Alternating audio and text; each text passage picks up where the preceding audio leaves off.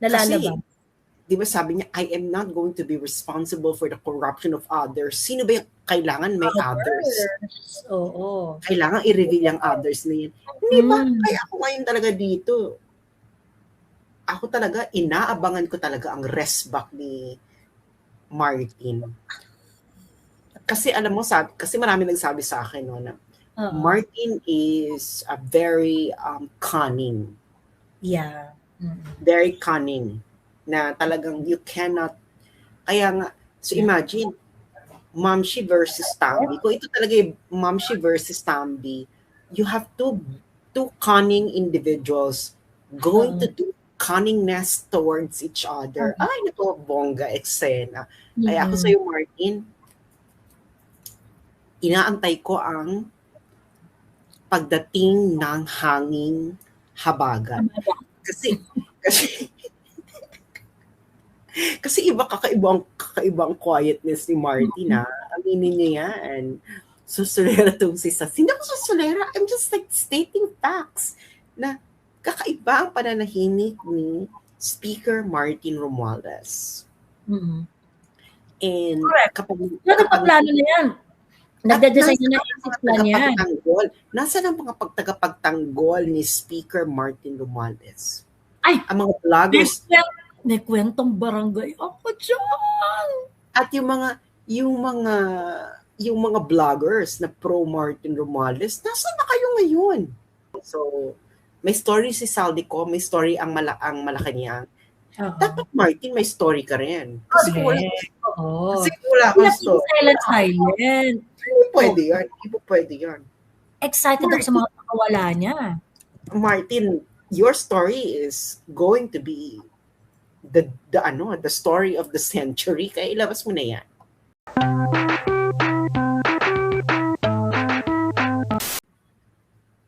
Ang vague. Saan mo naman nakuha yan? May nag-send sa akin. Tapos sabi, allegedly for extortion. Sabi ko, drugs? Hindi. For extortion. This is still for verification, ha? Extortion nino? I do not know. Wala nga detalye. As in, parang kaka-unfold pa lang, ganun. Kaka-unfold pa lang daw. Di ba, ang weird naman ng eksena. Well, ang weird nga. Hindi ba may issue ngayon sa PGMN? Ano yung issue sa PGMN? Na gustong paimbestigahan yung PGMN or something. Oh, okay. Sinong nagpapaimbestiga? I don't know. Parang may nabasa lang ako. Ewan ko kung totoo yun. Pero so nahuli siya. Oo. Tingnan mo yung picture na sinend ko sa'yo. Picture. Sino naman itong mga kasama niya dito? Si Ridon daw yung gusto magpa-emerald sa PGMN. Ano to? So, okay, papaimbestigahan ni Ridon. Okay. So, anyway, kalmado naman si Franco. I would like to know what's going on, no? Kaya niya yan. Kayanin mo lang, Char. Ayun. Anyway, kakalok. Ang ano lang yan is baka may mga natapakan ng PGMN. Marami ba sila natapakan? Pagka hard hitting kasi sila, eh. Pagka yung mga content creators nila yung bumabanat. Ganun. So, yung parang sa PGMN is ang issue. Ewan ko kung totoo to kasi hindi ko ma-verify yung kung sinabi nga ni Gadon. Ni Ridon.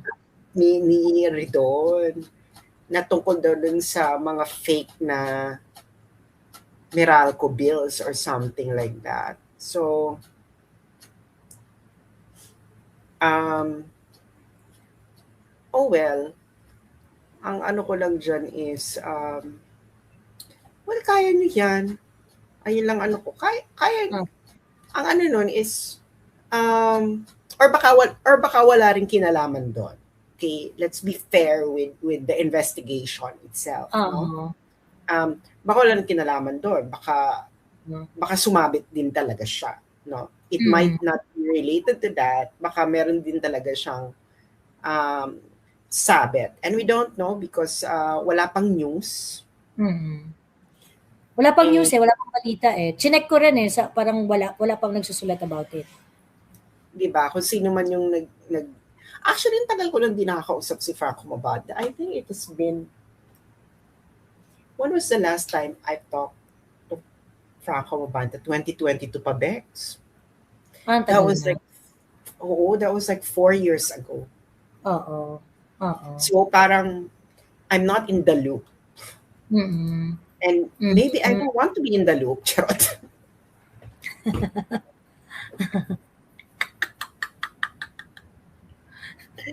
Hindi ko. Kasi, we only let in things that we want to be involved in, we're too old to be involved with everything involved with everything. I have no time. So, correct. Ayun. Di ba naging political strategist ni BBM si Franco? Parang tanong pa naman ni PR, nag-PR siya kay yung BBM vlogs, si Franco yan 'di ba? Yung BBM vlogs. Nag-PR siya, naging PR siya. Hindi political strategist. PR, nag-PR. So, I'm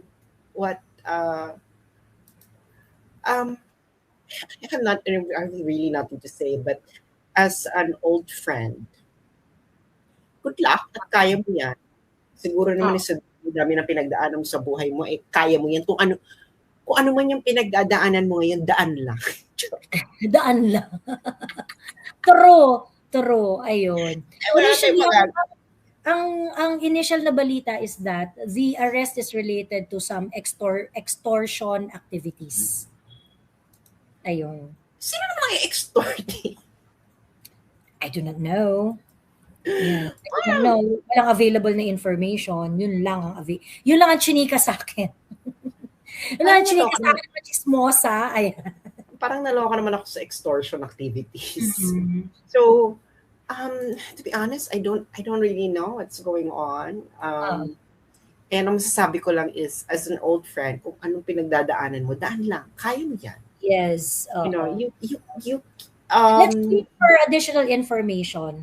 Diba?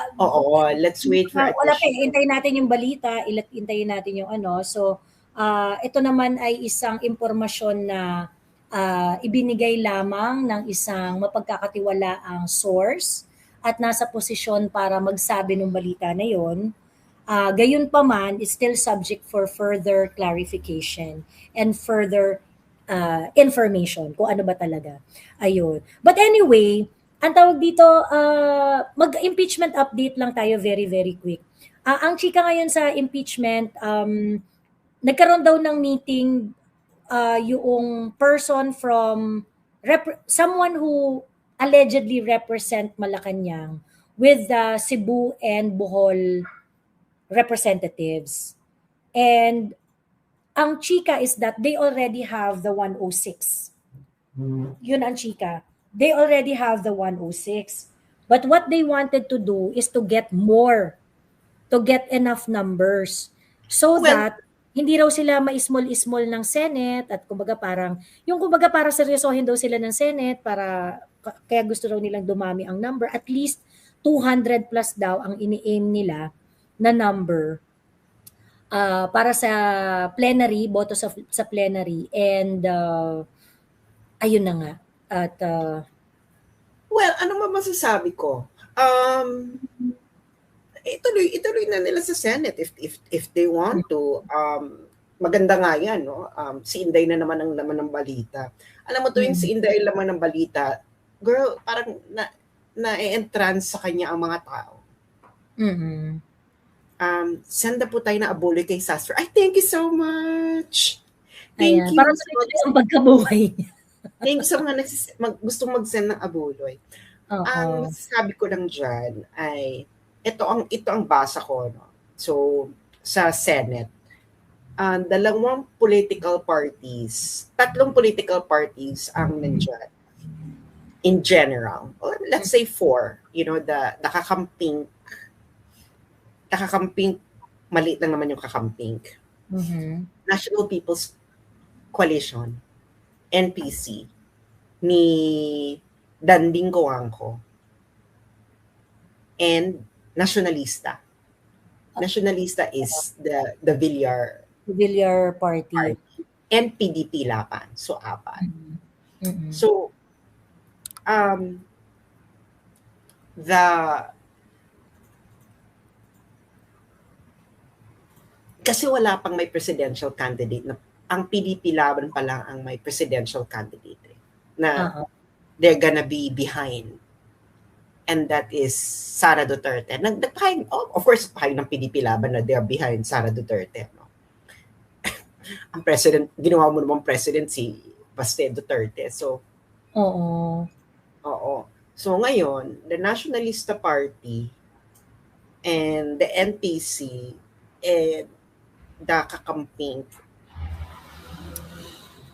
diyan natin makikita if they're going to align together in order to have a coalition Mm. against PDP Laban. So this is going to be along party lines, no? Ah, And of course, the sa oligarchs. HOR level of conversation for the No, sa votes. Senate. Sa Senate. Sa Senate. Oh, sorry. Senate naman Yung botohan sa Senate. Oo.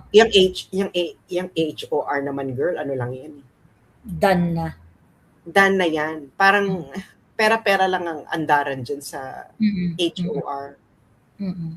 Pero pagdating yan sa Senate, ang mag-aano nandiyan is so it's going to be the call of the oligarchs behind NPC and Nationalista. Mm-mm. Ano ba? Kanino ba tayo makikipag-alliance for 2028? Oo. Kaya nga, di ba sinabi ko na sa'yo, Joey, na this is all about funding. Oo. True. Kasi True. pag funding for 2028, so syempre yung mga gustong tumaya, sasabihin sa'yo, sige, kung matanggal nyo, bibigyan namin kayo ng funding kasi magkakaroon na kayo ng laban. Ma'am, meron akong update. Sorry Ano update mo? Ito yung update ko. Yung chika, okay, again. This is something that is for let's wait for the mainstream media if they're going to release this news moving forward. So, churi mo lang to. Churi ko lang to base sa chismis ng aking chismosang kapitbahay. Ayan. Yung kay Franco Mabanta daw involves a 350 million marked money extortion. Okay? Ang victim daw ay si, kapit kayo. Ang victim daw ay si Martin Romualdez. So, ang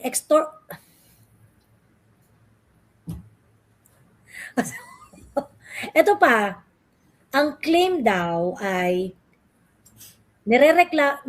ine-extort daw ni Mabanta na meron siyang mga video na kung saan nandun daw, implicating daw si Martin Romualdez sa mga flood control scandal. And kapag hindi raw magbayad ng 350, marirelease daw to sa PGMN. Yun yung sabi ng ating bubuit. Okay? Yun yung sabi ng ating bubuit. Again, this is for verification. This is something that we have to wait in the mainstream media kung ilalabas nila ito. So ngayon, yung daw extortion na yon, nag-call daw ng bluff itong si Martin. So ang ginawa raw ni Martin, nag-send daw ng pera, pagkatapos nag-set up ng buy-bust operation. Ayun. At nangyari daw ang buy-bust sa Valle Verde. So please fact check this, okay? Fact check this information. It's all yours, okay? It's all yours. Fact check the information. Did this happen or not?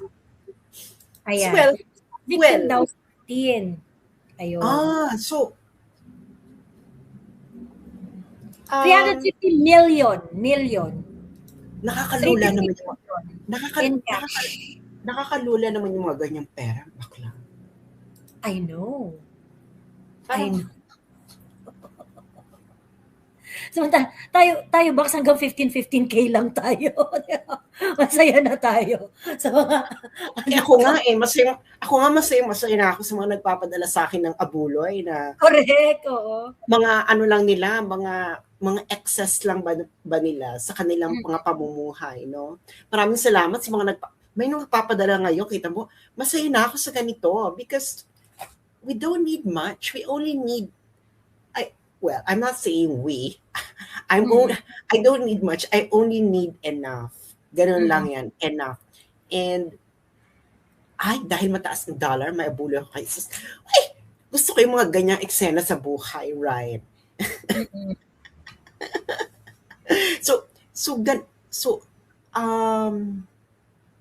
Ano masasabi ko? So, things are developing. Di ba sabi ko sa'yo, ang daming mga curveballs na nangyayari. Kasi, you know what, the story might go kasi kung it might also be the case, okay, to entertain a different angle, it might also be the case that maybe the kingpin, that there might not be extortion, but maybe there might be some contract na i-promote mo ko eksena, and then maybe they use that in order to appear na may extortion. Kasi mahirap yung kasi makapagpapatunay na naman na may extortion, Joey, meron, papakita mo talaga, ito yung conversation, ito yung pinakita, ito yung ganyan. Hindi ba? Oo. Teka lang ha. Saka ano namang video yan? Saka bakit naman mapupunta kay Franco Mabanta yung video? In today's video. Correct. Ayun. Hindi ko pinagtatanggol si Franco. I'm just entertaining other possibilities. And kung totoo nga, kung totoo ang nangyari ang extortion, yun naman sabi ko as an old friend na kung may pinagdadaanan, daan lang. Pero, ayun na nga, no? Kung totoo man yan, naku, ibang klase yung mga ganyang sabit. Di ba? Dapat makontento na lang tayo sa mga enough. Kasi mabubuhay naman tayo sa enough. Hindi ba mga friends? Mabubuhay naman tayo sa enough. Ikaw ba, Joey, nabubuhay ka ba sa enough? Teka, enough na? Enough lang lahat. Simple lang naman kasi ko mabubuhay ako sa enough. Pero syempre, mag-strive ka para sa buhay na medyo comfortable. Ganon. But comfortable is enough. Hindi ba? So, grabe naman yung 350 million. Nakakalola. Bigyan mo naman kami. Dapat binigyan mo naman kami ng balato. Charot. Cold cash ang PGN, halatang may PR din sila. Hindi naman kasi lahat doon is DDS. Dahil walang doon DDS, sabi ni CJ. Well, hindi natin alam, no, what really happened and whether there's really an extortion. And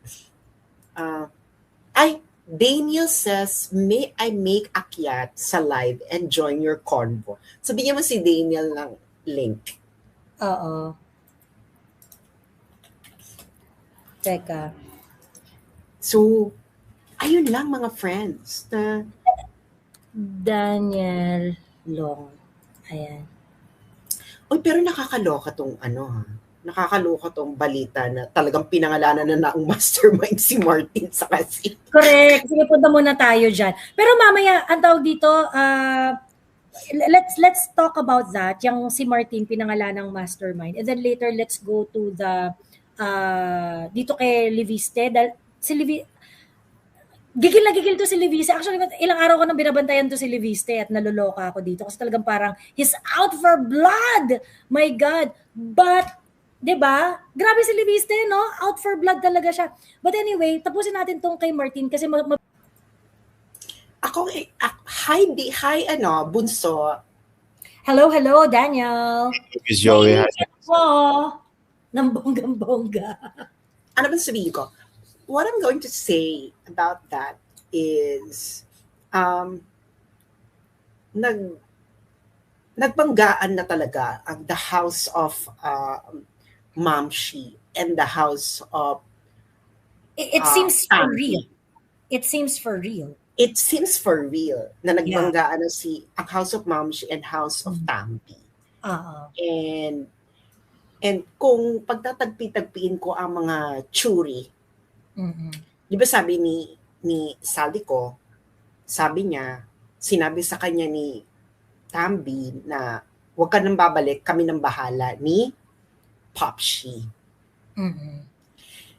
Eh kaso may Momshi.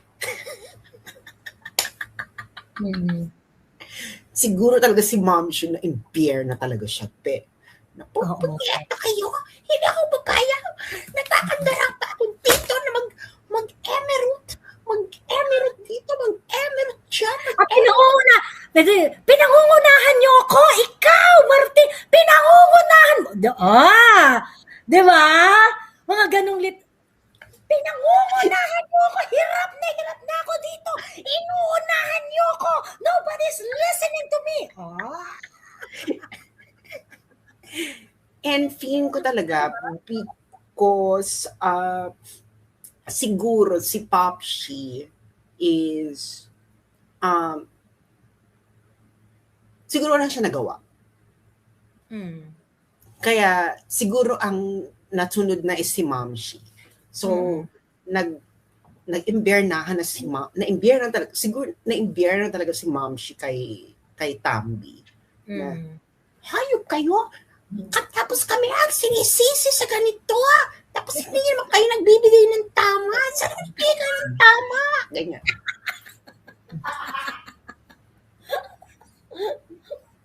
Diba? Kulang-kulang.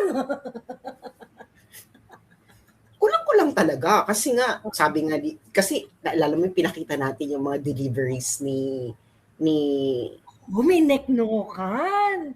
Diba? Bakit bumababa ang deliveries, di ba? Oo. Bakit bumaba ang deliveries? Yes. Di ba nung on the way to Martin resigning na sandali, bakit bumaba ang delivery? Di ba ang usapan natin ang amin diyan correct. 100B. Oo. Magkakalating taon na. Magkakalating taon na, hindi pa tayo maabot ng 50B. Correct. Natatandaan yun? Pinakita namin yun, di ba? Pinakita namin yung mga deliveries, ganyan. So, mukhang, yes. Mukhang siguro, kasi nga, wala namang flood control projects. Emerald. O, syempre, na sila na, sandali, na-release na namin ng pera dyan Tapos hindi naman ibato sa amin. Correct. So, ginawa nila, flood control project, hindi man nakarating sa amin yung anda. So, nakita nila, walang natutupad. Diba? Kung walang natutupad, ibig sabihin, may deliveries dapat. Kaso walang deliveries. Yes. Hindi na natupad, wala pang deliveries. Pagkatapos ang pinuputokan, Malacanang. Siyempre, galit na galit sa kanila, putang ina, project nila yun Under DPWH yun Di syempre, malamang umuusok yung ni Ma'am Shi. Diba? Na-imbier na talaga. Ako na lang ang nag-iisip dito! Pagkatapos, hindi na kayo nagbibigay ng tama! Kami lahat ang sumasalo! Ako na yung parati pinagkakaisahan ng mga vloggers katulad ni Daniel Long, ni Joey, ni ganyan. Tapos, for what? para sa barya na binabato niyo sa amin, hindi to po pwede. Correct! Departure order ka all over the Philippines. Lahat ng port, lahat ng airport, hindi ka makakalabas. Diba? So ano na talaga yan? Nagbanggaan na talaga ang House of Mamshi and House of Tambi. And actually exciting to. And it looks like it's real. Nagbabanggaan na talaga sila. Kasi nakakaloka naman kung grabe naman drama to na, Martin, na kunwari ikaw muna ang mastermind. Which is also possible. It is also possible. Oo, para lang mawala kay Papsi ang eksena. And sasabihin na lang na gagawin na lang kami ng kaso na mahina. Tapos double jeopardy ka na lang. Ganyan. Hindi ka naman the double jeopardy ni Inday sa balita. But the mastermind. Ano pa bang idadagdag ko dyan? Ang idadagdag ko dyan ay uminom kayo ng green smoothie. Yes. Cheers! Because green is the color of slimness. Green is the color of success. Ayan. Ano masasabi ko? Ang masasabi ko lang dyan ay bakit ang daming mga nangyayari na nakakaloka. So nag-full battle. So I think abangan natin ang mga susunod na videos ni Martin Romualdez. Hindi nga rin natin alam kung nasa Pilipinas po si Martin Romualdez. Kasi hello, pwede ka naman diba yung video niya na may kortina sa likod? Girl, you can do it anywhere in the world. No? Yeah. Hindi pa siya, nagpakita na ba siya? Hindi pa. Wala pa siya public appearance. After nung mag-resign siya, parang wala pa siyang public appearance. After nung video niya. Wala pa siyang public appearance. Hindi, even after nung wala pa siya sa Congress? Hindi nga umaattend, di ba? Di ba sabi nga ni Toby Chanko, present siya parate, pero wala namang nakakakita sa kanya dun. So, ibig sabihin, baka wala na nga si Martin. Baka nag-join forces na sila ni Saldi ko. Ay, Martin, baka ba gusto ko iba to sa aming chismis? Pwede rin naman. Charot. Oo nga. Kaya, what is exactly it started with the bribery.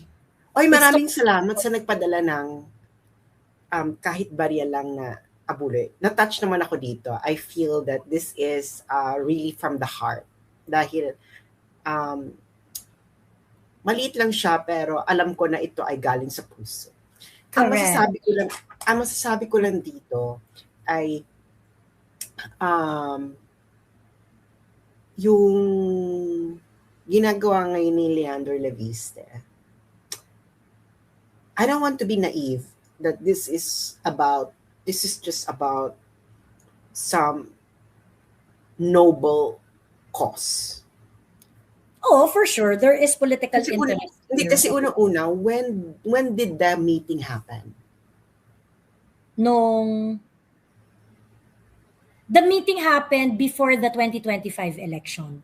Exactly. April. Exactly. Mga bakla kayo ng taon, it's already a year after. So parang I think the fallout happened nung binribe siya. Kailan siya binribe? After nung nanalo na siya na congressman.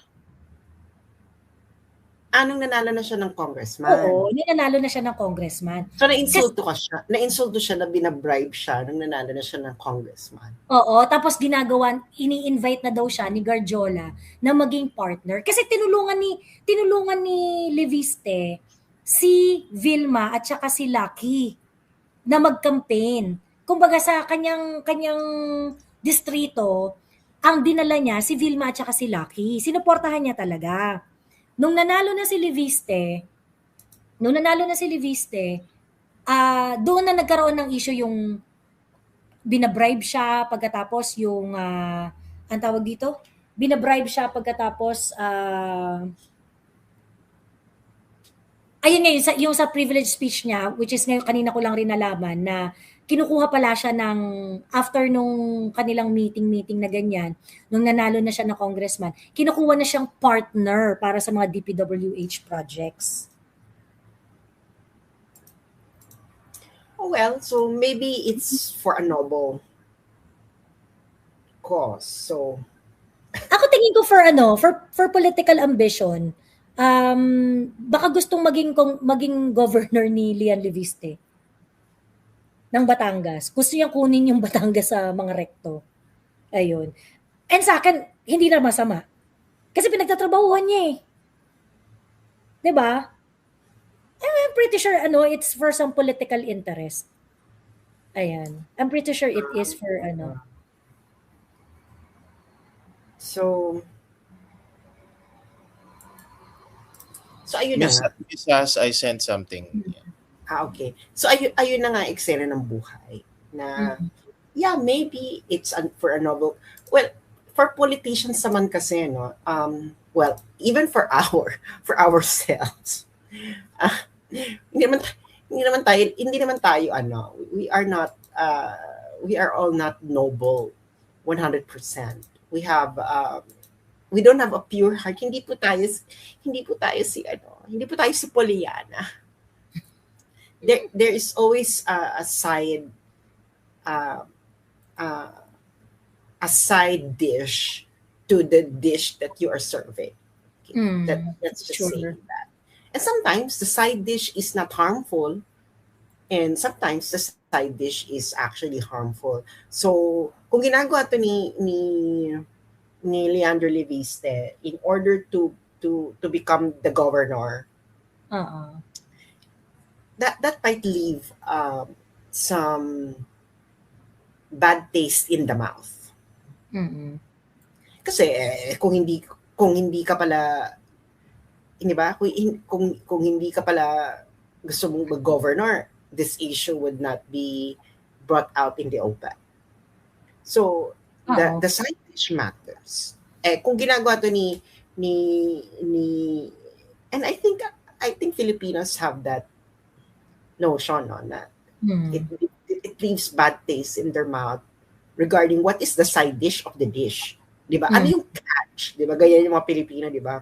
Pero sa akin kung ang catch gusto niyang maging governor, okay sa akin 'yon. Kasi ang magiging side effect ng kanyang ambition is you're going to slay a worse Pwede rin 'yon. Diba? Pwede rin na you will slay a worse governor, parang ganyan. So it is actually in the so ayun nga na kasi lahat naman nangangarap eh. Di ba lahat naman I'm pretty sure lahat ng nangangarap ng mga politiko. Parang they're going to do something para umeksena, para, di ba? So para i-prop up yung sarili nila. Ito yung kanya Yes. Pero I don't think Leandro Leviste would want to be governor. I think Leandro Leviste wants to be senator kasi mawawala na si Lauren. It's the last term of Lauren Legarda. Tinatrap niya si inaano niya yung magkano ba yung ginastos mo.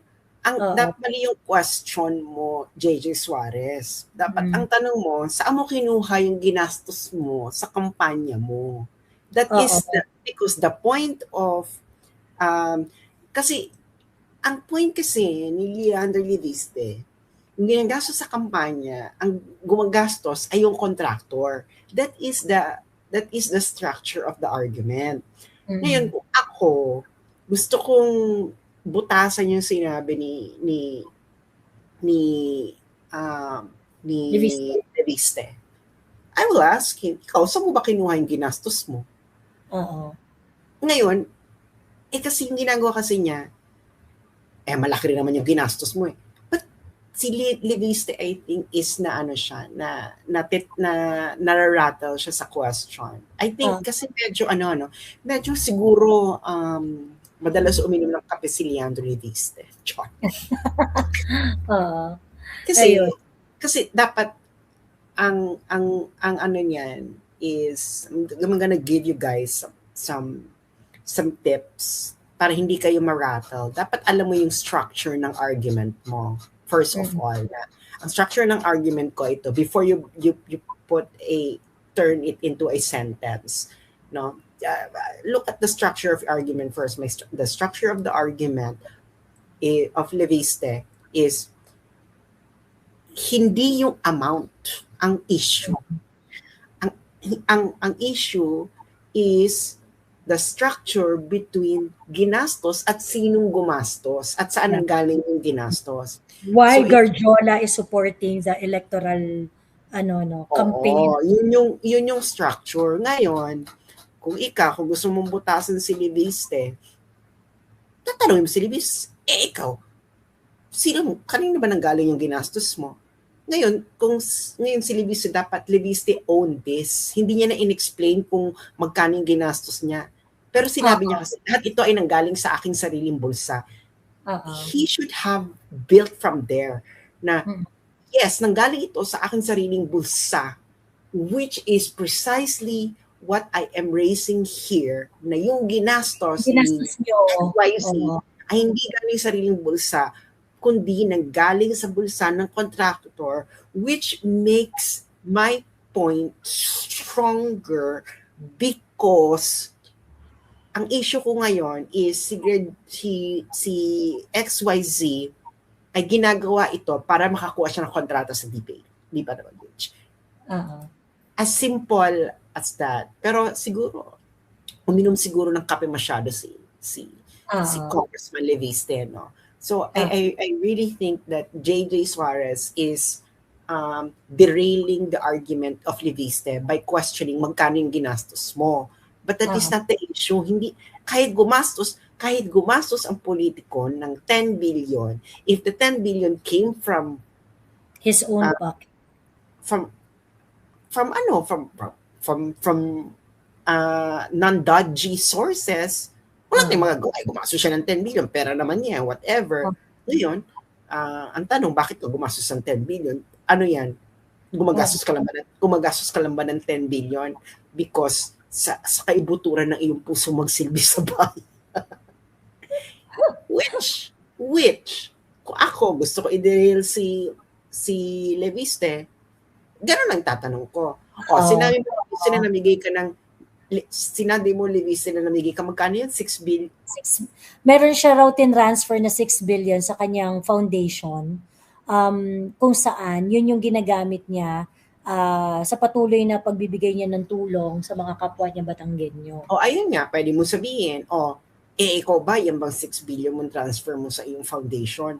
Iyan ba sa kaibuturan ng iyong puso? Altruistic ba yan? Oo. Yan ba sa iyong kaibuturan ng puso? Or nag-transfer ka ng 6 billion sa iyong foundation dahil gusto mo magkaroon ng tax deduction because this is ganon ang mga banat, mga bakla kayo ng taon. Correct. Kung gusto mong butasan, kasi nga, kung legit yung pera, pero kung ginawa niya yung foundation in order to actually lessen yung pagbabayaran niyang tax because of it, kasi ganun yung strategy ng mga kumpanya. Yes. Diba, yung foundation so that it becomes tax deductible. Pero up to 5% lang naman yun eh. Pero tax deductible pa rin siya. Tax deductible pa rin siya. Pero, ayun nga. So, pero mahina pa rin yung na-approach. Ano naman ngayon kung tax deductible, o at least may napupuntahan yung 6 billion na pera sa mga charity. Ganon. So, kumbaga, yung mga banat kay Leandro Leviste is very weak when you're and that is actually the strongest, no, yung ginagawa mo lang yan para tax deductible, etc. Di ba? Or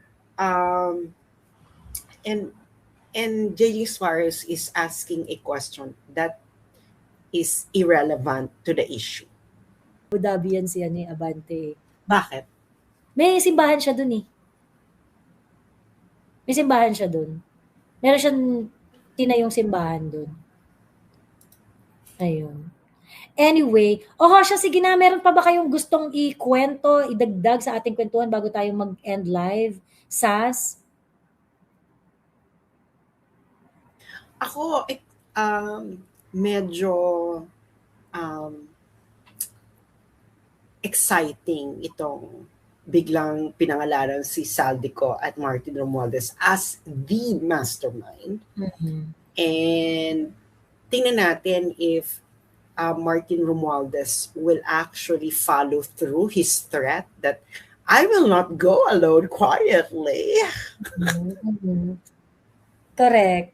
Mm-hmm. Na hindi niya tatanggapin ito. So, and yung pananahimik kasi ni Martin, di ba sabi nga nila, this is the quiet before the storm. So, let's wait for the storm. Kasi, kakaiba to, no? Before, si Martin talaga, bawat eksena ng buhay, nagsasalita siya. Ito talaga, ang haba ng interval. Ibig sabihin, there is a papalapit na po intertropical conversions. Parating na ang Yolanda levels typhoon, ang surge mula sa Pacific Ocean. Diba sabi nila, the quieter it is, the more destructive the storm. Yes. Diba na kakaibang pananahimik ni Martin Romualdez, no? Mm-hmm. So, inaabangan ko ito dahil ito ba yung magkakaroon ng storm surge? Mm-hmm. True. Ang gagawin ba ni Martin Romualdez is madaming pwedeng mangyari. Ano bang gagawin niya? Gigibain ba niya? Gigibain ba niya ang House of Momshi? Gigibain ba niya ang kasi hindi siya papayag, syempre. Mm-hmm. Kasi girl, huling can you imagine, Martin Romualdez is how old is Martin Romualdez? I think Martin Romualdez is about late 60s. Mm-hmm. Martin Romualdez, check natin. Martin Romualdez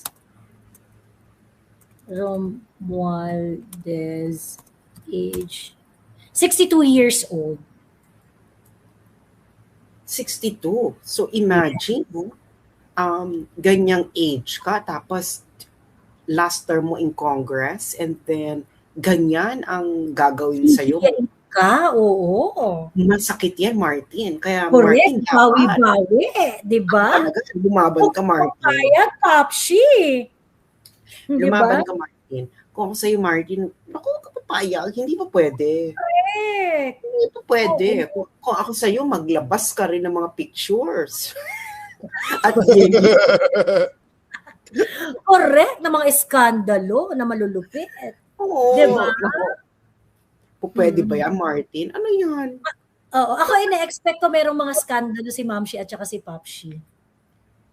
Nalalabas. Kasi, di ba sabi niya, I am not going to be responsible for the corruption of others. Sino ba yung kailangan may others? Oo. Kailangan i-reveal yung others na yun. Hindi ba? Kaya ako ngayon talaga dito. Ako talaga, inaabangan ko talaga ang rest back ni Martin. Kasi alam mo, kasi marami nagsabi sa akin no, na Martin is a very cunning. Yeah. Very cunning.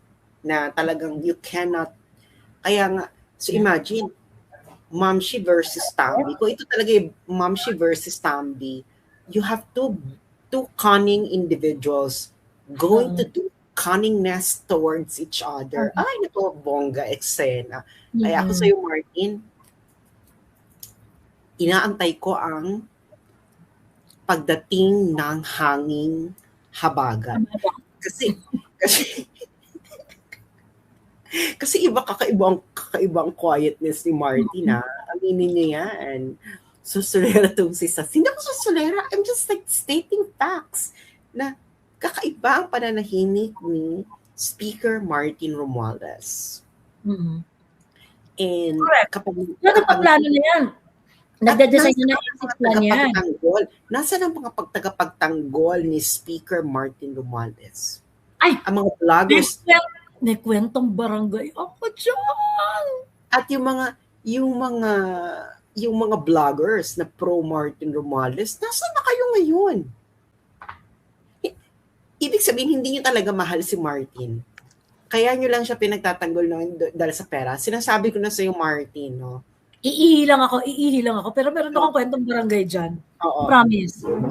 Hindi ka nila mahal. Kaya itong mga vloggers na nagtatanggol kay Martin, hindi ka maniniwala kasi hindi talaga kayo naniniwala kay Martin kasi at these trying times, this is the moment that you should be behind Martin kung talagang naniniwala talaga kayo sa kanya. Kaso, nung the boat has been sinking, you are nowhere to be found. Kaya naawa ko kay Martin. Martin, ginamit ka lang nila ng mga vloggers na yun. Well, if you buy love, somebody else could buy it more than you. Aminin niyo yung mga bakla. If your love can be bought, somebody else can buy it at a much higher price. May isang vlogger pa, Miss Sas, that's still defending Tambi. Yung si what they call Boy Panghe. Sino ba yun? Who's that? Nico David. He's still defending, sabi niya, Boss Martin.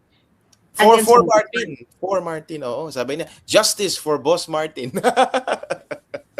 Boss Martin. Oo, tawag niya, Boss Martin. Can you imagine? Justice for Boss Martin. I don't even know why is Nico David is relevant. Sino ba yan? Di ba yan? Parang flip-topper or something. Inatake rin niya ako before ni Nico David. Sabi ko, sino ba ito? Bigla ko inatake ni Nico David na I think siya flip-topper or something. I don't know. I don't know him. I don't even know why. I don't know him, and when I saw who he was, I was like,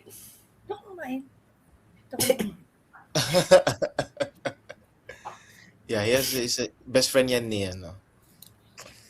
Pero di ba nagkalaglagan yan? Nilaglag si Makagago ata yung naglaglag na kayong mga ganyan, di ba kayo mga bayaran ni Martin Romualdez. So parang ako naman bahala kayo dyan. Wala naman akong sabi ko nga sa inyo, kung hindi kita, carry lang, nabubuhay kayo dyan, carry lang, mahirap ang buhay sa Pilipinas, yan lang ang kaya ng talent ninyo sa buhay ninyo, carry lang, pero mas ma-appreciate ko talaga kung may cut ako.